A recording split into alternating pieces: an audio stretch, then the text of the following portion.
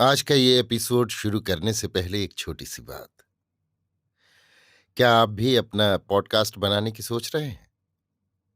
तो anchor try कीजिए। ये पॉडकास्ट बनाने का सबसे आसान तरीका है। नंबर एक, ये फ्री है। नंबर दो, इसमें कई सारे ऐसे टूल्स हैं जो आपको अपने फोन और कंप्यूटर पर रिकॉर्ड और एडिट करने की फैसिलिटी देते हैं। नंबर तीन, आप अपने पॉडकास्ट को डिस्ट्रीब्यूट भी कर सकते हैं, जिससे इसे स्पॉटिफाई और दूसरे प्लेटफॉर्म पर सुना जा सके। तो डाउनलोड कीजिए फ्री एंकर ऐप या विजिट कीजिए anchor.fm पर अपना पॉडकास्ट स्टार्ट करने के लिए। ये तो थी एक छोटी सी जानकारी, और अब शुरू करते हैं एपिसोड का सिलसिला। तो आज के एपिसोड में लीजिए सुनिए रविंद्रनाथ टैगोर के लिखे उपन्यास चोखेर बाली के हिंदी अनुवाद आंख की किरकिरी का भाग 24, मेरी यानी समीर गोस्वामी की आवाज में। उस दिन नूतन फागुन में प्रथम वसंत की हवा चलते ही आशा बहुत दिन बाद संध्या के आरंभ में छत पर चटाई बिछाकर बैठी थी।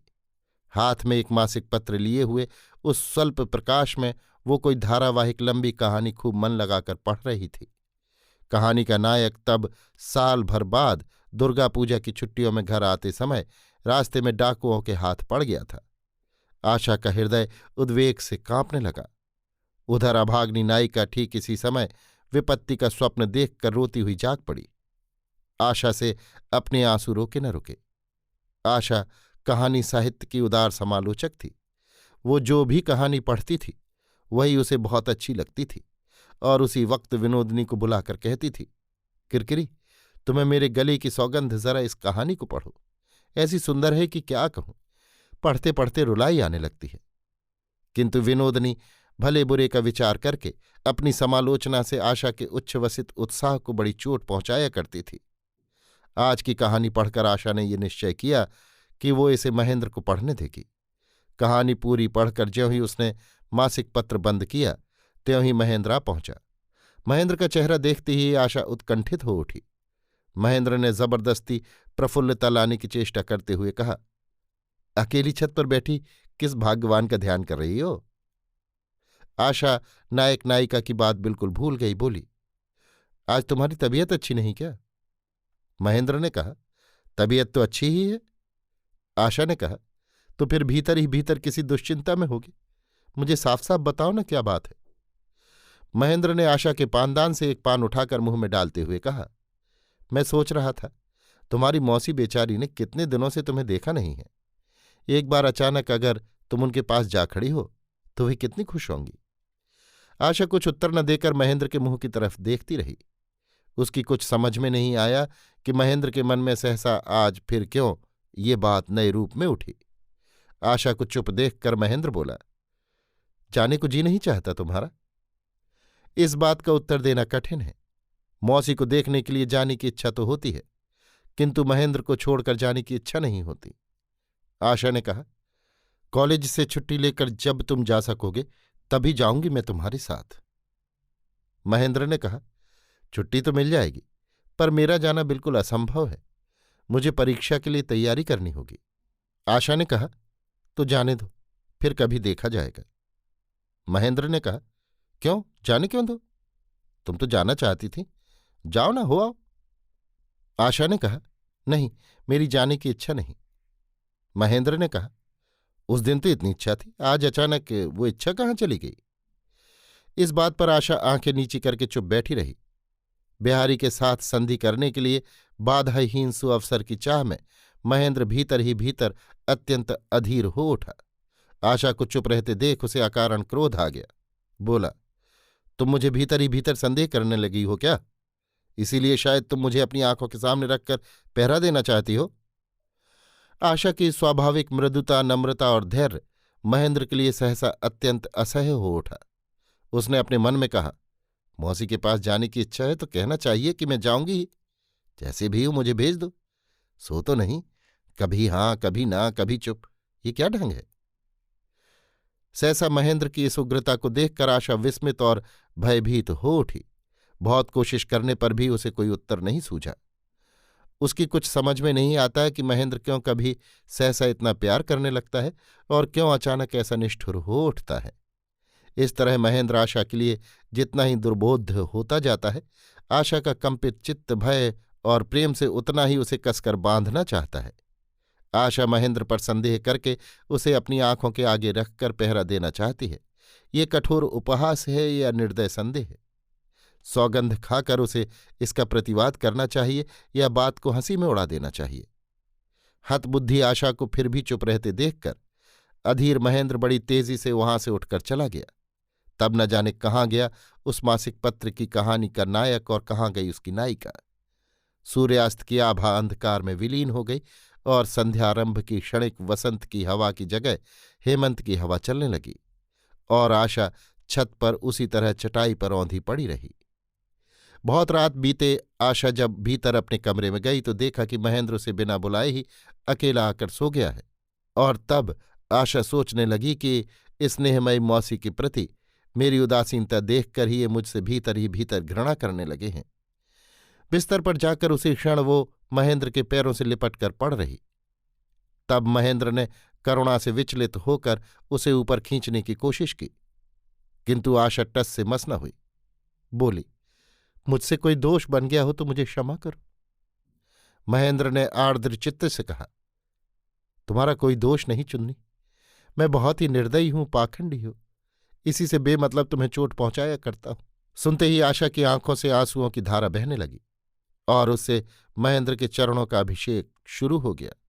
महेंद्र तुरंत उठ बैठा और आशा को अपनी बाहुओं से उठाकर अपने पास सुला लिया। रोने का आवेग थमने पर आशा ने कहा, मौसी को देखने जाने की क्या मेरी इच्छा नहीं होती, पर तुम्हें छोड़कर अकेले जाने को जी नहीं चाहता, इसी से मैं नहीं गई। तुम गुस्सा मत हो। महेंद्र ने धीरे धीरे आशा के भीगे कपोलों को पोंछते हुए कहा, ये क्या गुस्सा होने की बात है चुन्नी? मुझे छोड़कर नहीं जा सकती, इससे मैं गुस्सा होऊंगा? जाने दो, तुम्हें कहीं भी नहीं जाना होगा। आशा ने कहा, नहीं, मैं काशी जाऊंगी। महेंद्र ने कहा, क्यों? आशा ने कहा, मैं तुम पर संदेह करती हूं, इसी से नहीं जाना चाहती। ये बात जब एक बार तुम्हारे मुंह से निकली है तो मुझे कुछ दिन के लिए यहां से जाना ही होगा। महेंद्र बोला, पाप किया मैंने और उसका प्रायश्चित करोगी तुम? आशा ने कहा, सो मैं नहीं जानती, पर पाप मेरे अंदर कहीं न कहीं जरूर हुआ है, नहीं तो ऐसी सब अनहोनी बातें उठती ही कैसे, जिन सब बातों को मैं सपने में भी नहीं सोच सकती थी। वे बातें तुमसे मुझे क्यों सुननी पड़ती? महेंद्र ने कहा, इसका कारण ये है कि मैं कितना बुरा आदमी हूं, सो तुम्हारे स्वप्न के भी अगोचर है। आशा चंचल होकर बोली, फिर ऐसी बात तुम मत कहो, पर इस बार मैं काशी जरूर जाऊंगी। महेंद्र हंसता हुआ बोला, अच्छा जाओ, पर मैं अगर तुम्हारे पीछे बिगड़ गया तो क्या होगा? आशा ने कहा, देखो तुम मुझे इतना डराओ मत। हाँ तो नहीं, जैसे मैं मारे सोच के बेचैन हुई जा रही हूं। महेंद्र ने कहा, परंतु होना तो चाहिए। अपने ऐसे पति को अगर तुम अपनी असावधानी से बिगड़ जाने दोगी तो बाद में फिर किसे दोष देती फिरोगी? आशा बोली, तुम्हें नहीं दूंगी, इसके लिए तुम चिंता मत करो। महेंद्र ने कहा, तब अपना दोष मान जाओगी ना? आशा ने कहा, एक बार नहीं, 100 बार। महेंद्र ने कहा, अच्छी बात है, तो कल तुम्हारे ताऊ से जाकर बात तय कराऊंगा। और फिर वो बहुत रात हो गई कहकर करवट लेकर सो गया। कुछ देर बाद फिर अचानक करवट बदलकर बोल उठा, चुन्नी जाने दो, कोई जरूरत नहीं, तुम मत जाओ। आशा ने डरते हुए कहा, फिर तुम मना क्यों कर रहे हो? इस बार नहीं गई तो तुम्हारी डांट फटकार मेरे लगी ही रह जाएगी। मुझे 2-4 दिन के लिए ही भेज दो, पर भेजो जरूर। महेंद्र ने कहा, अच्छा, और करवट लेकर सो गया। काशी जाने के एक दिन पहले आशा विनोदनी के गले से लिपटकर बोली, बहन किरकिरी, मेरी देह छूकर एक बात बताओगी? विनोदनी ने आशा के गाल मसकते हुए कहा, क्या बात है बहन, तुम्हारा अनुरोध क्या मैं नहीं रखती? आशा ने कहा, कौन जाने बहन, आजकल तुम कैसी तो हो गई हो, उनके आगे अब तो तुम निकलना ही नहीं चाहती। विनोदनी ने कहा, क्यों नहीं निकलना चाहती? सो क्या तू नहीं जानती? उस दिन बिहारी बाबू से जो कुछ उन्होंने कहा, सो क्या तैने अपने कानों से नहीं सुना? जब ऐसी ऐसी बातें उठने लगी हैं तो तू ही बता। सबके सामने मेरा निकलना बोलना क्या उचित है? उचित नहीं है इतना तो आशा समझती है। इन सब बातों से कितनी लज्जा आती है, कितनी बदनामी होती है और कितना दुख होता है, सो भी इधर की घटनाओं से उसने अपने मन से ही समझ लिया है। फिर भी वो बोली, बात तो ऐसी न जाने कितनी उठा करती हैं। उन सबको अगर सह ही न सकी तो फिर प्रेम ही क्या हुआ बहन? उस बात को भूल जाओ। विनोदिनी ने कहा, अच्छा बहन, भूल जाऊंगी। आशा ने कहा, मैं तो बहन कल काशी जा रही हूं। उन्हें किसी तरह की तकलीफ न हो, इस बात का तुम्हें विशेष ध्यान रखना होगा। अभी की तरह दूर दूर रहने से काम नहीं चलेगा। विनोदिनी चुप रही। आशा ने उसका हाथ मसकते हुए कहा, किरकिरी, तुम्हें मेरे गले की कसम है, इतना वचन तुझे देना ही पड़ेगा। विनोदिनी ने कहा, अच्छा। अभी आप सुन रहे थे रविन्द्रनाथ टैगोर के लिखे उपन्यास चोखेर बाली के हिंदी अनुवाद आंख की किरकिरी का भाग 24, मेरी यानी समीर गोस्वामी की आवाज में।